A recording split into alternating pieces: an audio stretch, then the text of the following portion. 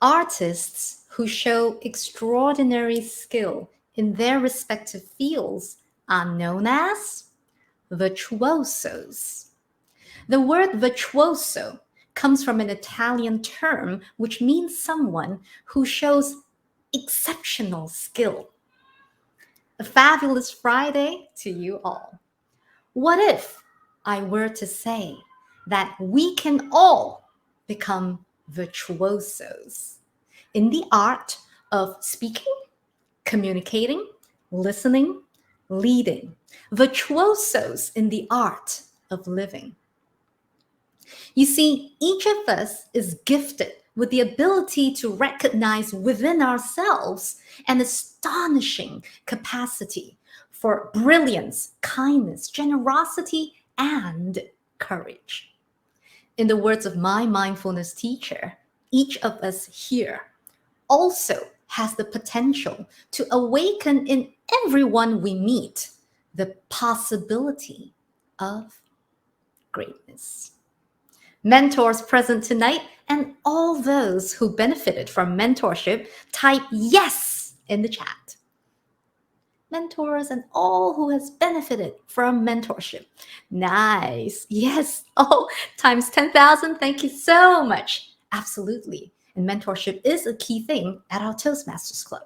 So we become virtuosos to the extent that we develop our potential to the point where our actions and words serve to awaken the artist, the virtuoso in everyone.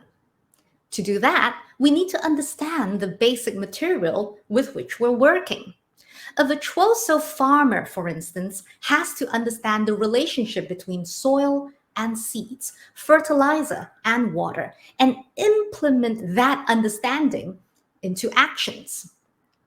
Likewise, to become a virtuoso speaker, listener, leader, we begin by understanding where we're at, our strengths, and our areas to work on.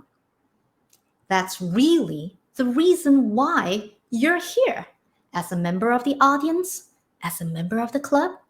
You want to sharpen your skills as a speaker, listener, leader. You want to become a virtuoso. How then do we become a virtuoso? You become a member. You get a mentor here. You make your first speech. You get feedback. You reflect. You evaluate. You apply. You practice. I didn't start speaking English until I was 10 years old. Now, in the Singapore education context, where everything is taught in English except for your mother tongue, you can say that I was a slow starter. I couldn't even spell the word yes when I was 8 years old. I didn't speak English at all because the story I told myself was that, well, I'm a Singaporean, but I'm ethnically Chinese. And since I could already speak Chinese and another Chinese dialect, Hokkien, then why speak English?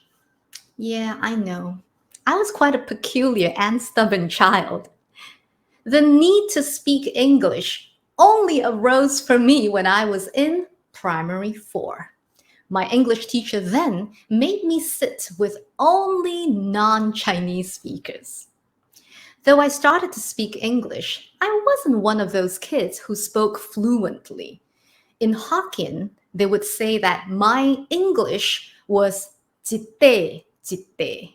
Those who know Hokkien, can you please do a direct translation in the chat for the rest of us? Jitte, jitte.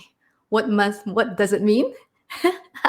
In pieces, yeah. One piece, exactly. Yeah.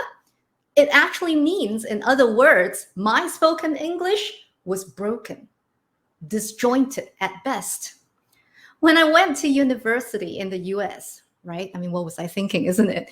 But really, when I went to the university in US, my nightmare truly began because my professor in my senior honor class expected his students to contribute actively to academic discussion.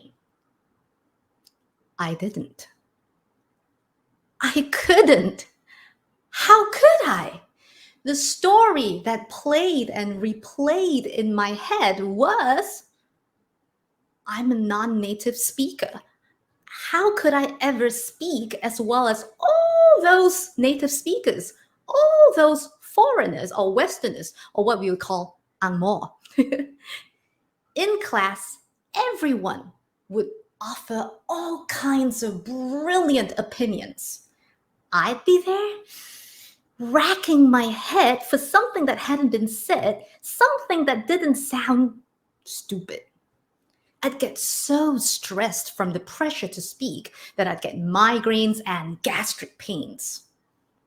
One day, I finally got the chance. I jumped into the class discussion and blurted out my opinions. And then, there was silence. A silence so thick you could feel it weighing heavily on your shoulders.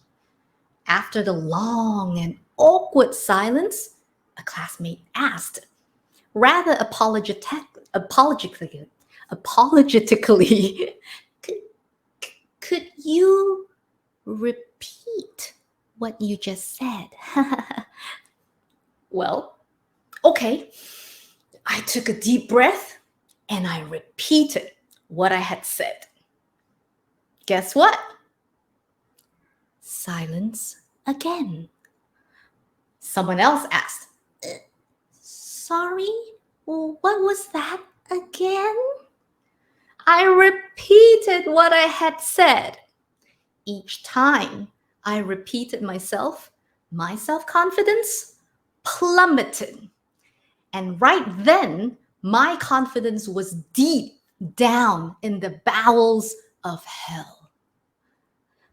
Of course, eventually, with enough repetitions, my professor and classmates understood what I said.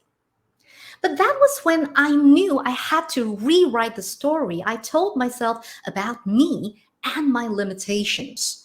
I paid close attention to the words that people tended not to understand when I said them. I listened to them when they repeated those very words back at me. I corrected myself and kept at it until finally I didn't have to repeat myself umpteen times when I spoke in class. Today, I tell myself a story, and the story that I tell myself is still about my limitations, about how I've overcome them. Today, I speak in front of crowds of more than 1,000, and just last weekend, online, a group of more than 11,000. Today, I've become one of Singapore's champion public speakers. That's quite a journey, isn't it, for a slow starter?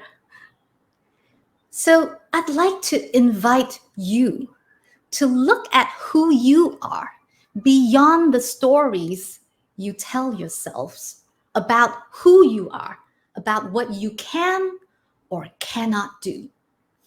It is time to rewrite those very stories that bind us.